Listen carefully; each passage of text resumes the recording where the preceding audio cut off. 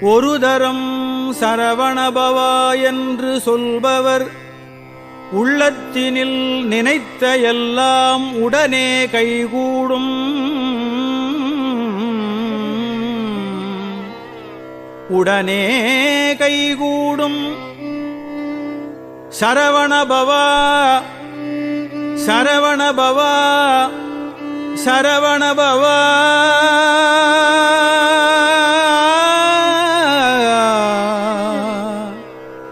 சரவணபவா என்று ஒரு தரம் சொல்பவர் உள்ளத்தினில் நினைத்த எல்லாம் உடனே கைகூடும்